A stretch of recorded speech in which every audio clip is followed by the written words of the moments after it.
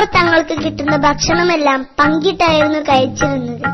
അങ്ങനെയിരിക്കെ ഒരു ദിവസം അവർ ഒരു തോടിനൊക്കത്തിരിക്കുമ്പോൾ ഒരു മത്സ്യം തോട്ടിലൂടെ നീന്തുന്നത് അവർ കണ്ടു. ഒരാൾ ചെന്ന് മത്സ്യത്തെ കൊത്തിയെടുത്തു, എന്നിട്ട് മരത്തിൽ കൊണ്ടുവച്ചു. പക്ഷെ അവർ അതിനുവേണ്ടി തർക്കമായി. മിന്നു പറഞ്ഞു, ഞാനാണ് മത്സ്യത്തെ വെള്ളത്തിൽ നിന്ന് കൊത്തിയെടുത്തത്, അതുകൊണ്ട് എനിക്കതിന്റെ തലയൊഴികെ ബാക്കിയുള്ള എല്ലാ ഭാഗവും വേണം. തല വേണമെങ്കിൽ നീ എടുത്തോ. എന്നാൽ ചിഞ്ചു വിട്ടില്ല. ചിഞ്ചു പറഞ്ഞു, അമ്പടി, അതങ്ങ് മനസ്സിൽ പറഞ്ഞാ മതി. എനിക്കതിന്റെ തലയൊഴികെയുള്ള ബാക്കി എല്ലാ ഭാഗവും വേണം. ഞാനാണ് അതിനെ വെള്ളത്തിൽ വെച്ച് ആദ്യം കണ്ടത്, അല്ലാതെ നീയൊന്നുമല്ല. അങ്ങനെ അവർ തെറ്റിപ്പിരിഞ്ഞു.